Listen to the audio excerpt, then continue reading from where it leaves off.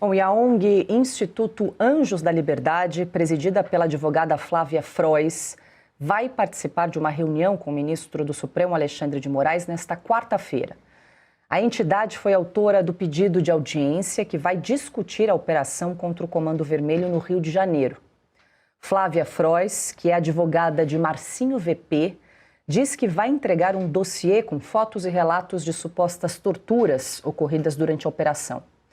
Segundo a advogada, o material foi produzido por peritos voluntários do Instituto e teria sido autorizado por familiares das vítimas. A audiência ocorre no âmbito da DPF das Favelas, que monitora as ações policiais no Rio e é relatada por Moraes.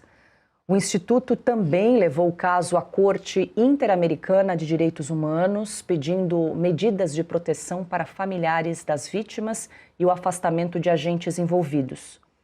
Marcinho VP é apontado como um dos líderes do Comando Vermelho e está preso há quase 30 anos.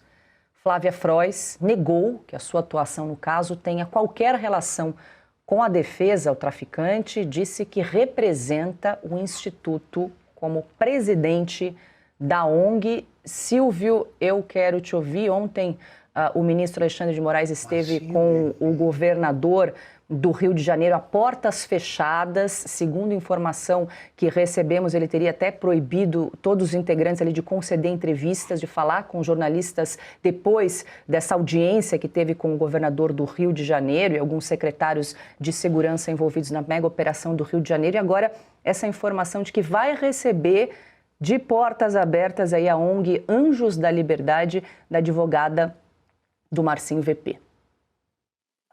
Paula, olha só, vamos partir da seguinte premissa. Um ministro do Supremo Tribunal Federal, seja ele qual for, tem 11 lá, hoje tem 10, à espera do 11º. Nenhum ministro do Supremo Tribunal Federal pode receber uma advogada que ainda atua em processo de um dos grandes líderes do Comando Vermelho. O Marcinho VP, ao lado do Fernandinho Beiramar, é algo como a figura, até o mito, do Marcola para o PCC. O ministro Alexandre de Moraes não pode receber esta senhora, porque ela atua para um dos maiores narcotraficantes e narcoterroristas da história do Brasil. Como é que uma ONG, e sempre essas pessoas, esses advogados, esses militantes, eles se escondem no guarda-chuva de uma ONG? Como é que uma ONG encontra portas abertas no Supremo Tribunal Federal para falar sobre tortura, maus tratos e por aí vai? Sendo que o que nós acompanhamos do Comando Vermelho agora, há um vídeo que circula na internet do uso de um jacaré dentro de uma caixa d'água para, eu não vou entrar em detalhes por questões óbvias, para torturar vítimas. A gente acompanhou outros vídeos que constam do material entregue para a liberação do mandado de prisão expedido na primeira instância nessa mega operação de tortura, pessoas sendo arrastadas, pessoas jogadas em buracos com até 30 metros, algo medieval, estupros. O Marcinho VP é acusado de esquartejamento. É uma época em que os morros do Rio de Janeiro conheciam o que era chamado como micro-ondas. Aliás, um jornalista da Rede Globo foi vítima de muita coisa horrorosa nos morros do Rio de Janeiro, o Tim Lopes. O Tim Lopes, que é padrinho do Oruan, que é filho do Marcinho VP. Olha do que a gente está falando, e o Alexandre de Moraes vai receber essa gente. Não pode, não pode. Assim como a dama do tráfico, que era mulher, ou é ainda mulher, de um dos líderes do Comando Vermelho preso em Tefé, no Amazonas, entrou pela porta da frente do Ministério da Justiça, chefiado pelo Flávio Dino, que hoje usa toga. Será que o Dino vai querer receber ela também? Na ocasião, seus assessores receberam. E aparentemente ninguém foi punido por isso. Não pode existir essa relação. Não pode ministro do Supremo soltar líder do tráfico de drogas, de facções criminosas, rotuladas como mafiosas. Ou o Brasil enfrenta de verdade a bandidagem em todas as esferas, em todos os poderes, a começar pela última corte, pela corte recursal, a última corte recursal do país, que deveria ser só uma corte constitucional. Ou então, o Brasil não pode mais dizer que os Estados Unidos estão errados em olhar para a gente com alguma preocupação, como hoje já olham com muito mais preocupação para a Venezuela e para a Colômbia, porque o Brasil é um narco-estado. Diga, Augusto. Quer dizer, os advogados dos inocentes presos em 8 de janeiro não têm direito de apresentar as alegações finais. Sim. Ou a advogada de um criminoso, mas absolutamente irrecuperável, cruel, essa tem o direito de conversar a sós com o gerente da ditadura do Supremo. É isso. É nisso que o Brasil se transformou. O que que eles vão conversar? Ou ele está ouvindo em confissão, ele incorporou também alguma figura alguma autoridade religiosa, vai ouvir em confissão e fica em segredo o que eles conversaram? O Silvio tem toda a razão, esse tipo de tratamento mostra que o Supremo acabou com o respeito devido ao Supremo sem que ninguém ajudasse. Foram eles, os atuais integrantes, e os que saíram recentemente também, os atuais integrantes da Corte que desmoralizaram a Corte. E agora estão querendo, depois da agonia, né, do respeito devido ao Supremo, eles estão querendo consumar o enterro com atitudes como essa. Diga, Piloto. Não, vale só lembrar uma decisão do ministro Alexandre de Moraes do ano passado. Ele multou o doutor Paulo Faria, advogado Celso Daniel, alegando Daniel Silveira, perdão, alegando litigância de má-fé, porque ele estava recorrendo, sendo que, convenhamos, lembra-se do que fazia o advogado do Lula, hoje ministro do Supremo. Gilmar chorou pelo advogado. Exatamente, com relação ao Sérgio Moro. Os embates que havia ali, e tudo bem, está defendendo o seu cliente.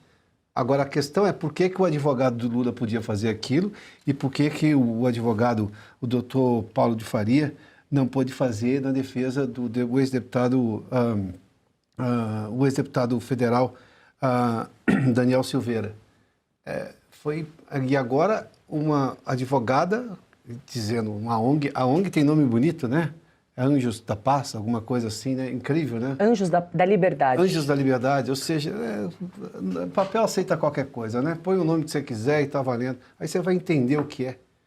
Depois de todo o relato que o Silvio trouxe de como é que age o tráfico em relação às pessoas. As pessoas inocentes ali, que não compactuam com o tráfico, moradores, os trabalhadores que vivem lá, sitiados pelo crime.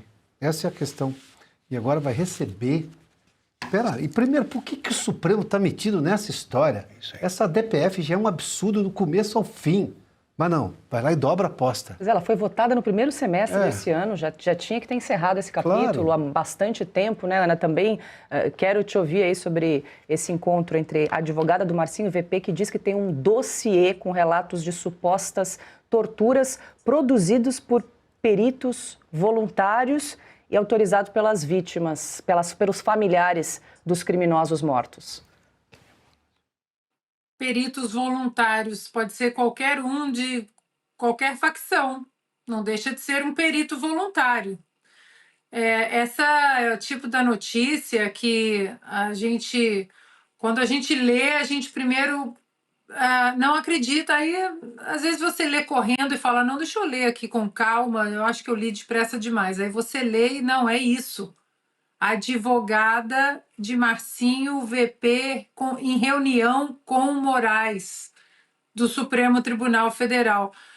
Aí, Paula, eu acho que até o próprio ministro Alexandre de Moraes precisa repensar se ele acha que ele tem alguma chance de reverter a Magnitsky, que eu acho muito difícil, porque a gente sempre fala que é uma montanha de provas, evidências, testemunhas, muito difícil reverter, mas ele já deu a entender, né? Inclusive o próprio chanceler Mauro Vieira disse que vai fazer parte de outras reuniões com o Donald Trump, esse tipo de conversa, de abordagem, Como você aborda o governo americano dizendo que o ministro que foi sancionado pela Magnitsky por violar direitos humanos, não, mas agora nós queremos reverter a sanção, o presidente Trump, mas tudo bem, ele se reuniu com a advogada de um dos chefes do narcoterrorismo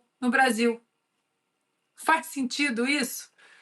Enquanto isso, nós estamos falando de CPI, de facções. Tá aí. Tinha que abrir era outra CPI para outras facções. Deixa eu só... Diga, Augusto. Só queria saber o seguinte, tem que ser, olhando as coisas de frente, tem que haver alguma lógica nessa loucura. Você usa a tortura, que sempre é abominável. Você usa a tortura quando você precisa conseguir informações com pressa. Então, o sujeito é preso, ele tem algo a denunciar, você tortura tentando obter essa informação, porque você está lutando contra o tempo. O exemplo clássico é, o sujeito sabe onde está uma criança sequestrada.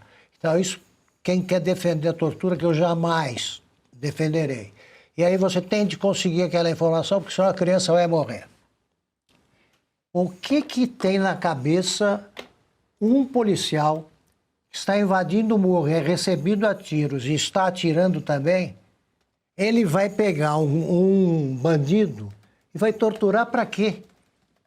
Para que ele conte onde estão os outros bandidos. Essa operação foi feita com muito cuidado, com muito critério. Eles sabiam tudo. Sabiam, inclusive, que aquela tese que é o meu entrevistado de hoje, o capitão Rodrigo Pimentel, ele explica isso, martelo e bigorna. Você empurra o inimigo para uma determinada posição onde você tem a bigorna que espera por eles. Agora, no meio disso aparece alguém torturando. Quer dizer, eles não sabem nem inventar uma tese que faça sentido. Tortura e depois mata, tortura e depois deixa vivo para contar que foi torturado, não faz sentido. E, no entanto, está lá o gerente do Supremo Tribunal Federal ouvindo a fantasia como se ele não tivesse mais coisa para fazer na vara criminal que criou. Deixa eu só voltar com o Silvio, que ele queria ajustar uma informação. Eu acho que no processamento aqui de da minha fala, de todas as informações, segundo me chamou a atenção aqui o João Moisés, quando eu falava do Tim Lopes, o jornalista da Rede Globo, assassinado por um dos líderes do Comando Vermelho chamado Elias Maluco, que por sua vez é tio do Oruan, filho do Marcinho VP. Só para colocar em ordem, o Tim Lopes, assassinado, evidentemente não tinha ligação nenhuma com o tráfico. Só para, não sei se a ordem saiu atropelada aqui, Paulo.